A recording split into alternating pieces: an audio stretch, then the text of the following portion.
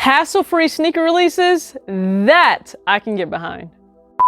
Now, I guess that other elephant that is in the room, no, I'm not talking about Ye. I've already addressed that in a video. I'm talking about my Golden State Warriors. I surround my soul with the positivity.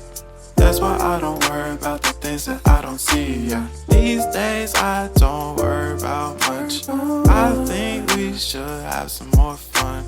I still dream about the days when we were young. I'll take it. What's going on, everybody? It's your girl TJ back. Another video on Talks with TJ. Very quick, very short.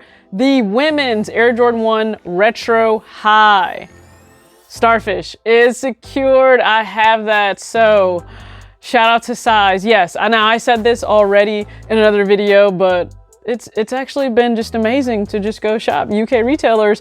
I'm not jumping through hoops. There aren't boxes being drawn around cats and planes and picking out where a traffic light is and what is the color of orange. I'm not dealing with that right now. Also, as you guys can see, I'm still rocking my bucket hats. Okay, in terms of the hat, I'm pretty sure my locks stretched it out just a little bit, but we are making it work. So secure the Starfish. That makes it 3 for 3 for the women's Jordan releases that I really wanted.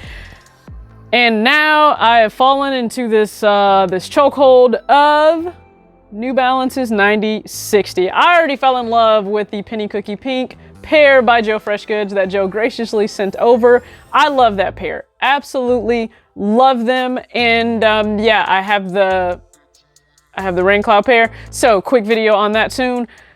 I may or may not have gone back for the workwear colorway. So there were 2 other colorways that dropped, workwear and then indigo. I just couldn't resist, not to mention the price. So just think about this, an amazing quality executed pair. It's only 150 USD, so yeah. Now again, you will have markets fluctuate in terms of the dollar and what that's trading against when it comes to or looking like towards the pound. So I believe the first pair was 162 total shipped, and then for the second pair of workwear it was actually 165. I regret nothing. I just need that known. I regret nothing. I absolutely regret nothing. So very happy to have these on the way. And again, it feels hassle-free. It's something that we haven't experienced a whole lot for many of us in recent times. So I appreciate that. So I have that on the way. Can't wait to really dive into the fall tones and looks for the Starfish. Now, I guess that other elephant that is in the room, no, I'm not talking about Ye. I've already addressed that in a video. I'm talking about my Golden State Warriors and the situation that Draymond has placed us in, just as a fan base, a franchise, an organization. We can't just continue to say, oh, that's just Dre being Dre. And I think we all had a certain perception of what might have gone down. Oh, this was just a scuffle, players fight, brothers fight. Yeah, I felt that way at first, and then the video leaked, and like as you continue to watch the video, you see this man leave like his back foot to launch forward and punch Poole. Poole did not expect that whatsoever. You can tell there was no defense, nothing put up. I've heard the responses of, hey, you can tell he's never really been in a fight. He never went to go defend himself once he pushed himself away to create distance between him and Draymond. Yeah, I agree.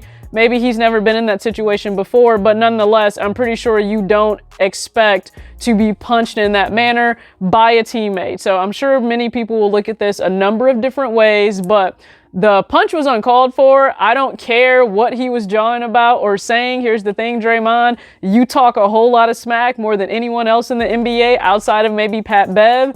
That was uncalled for. It was very unnecessary. I am very happy that Jordan Poole wasn't injured, because he could have been injured being caught off guard like that. When you realize also, reports came out, the team actually they didn't see the hit, so they didn't know what happened. They just went to go break up the aftermath. And so even after players have seen the footage, it's like, wow. Also, shame on the tech that sat there and leaked it. I don't care that you got 2.6 million. Like, there are some things that it's like right is right, wrong is wrong. You sat here and leaked this. I don't even want to discuss that video tech, honestly. Like, zero respect for them. So where do we go from here? Who knows? Part of me does believe that maybe there was some, I don't know, insecurity. Maybe Draymond was feeling some kind of way. You have this very young player in Poole who is set for a really big contract. He's proven himself, and I think he'll only get better. He's a student of Steph. He's a student of Clay. He wants to learn. He's hungry, but he's also not one of these young guys where you can just talk to him any kind of way. And I think Draymond may have met his match in terms of somebody that will go right back at him.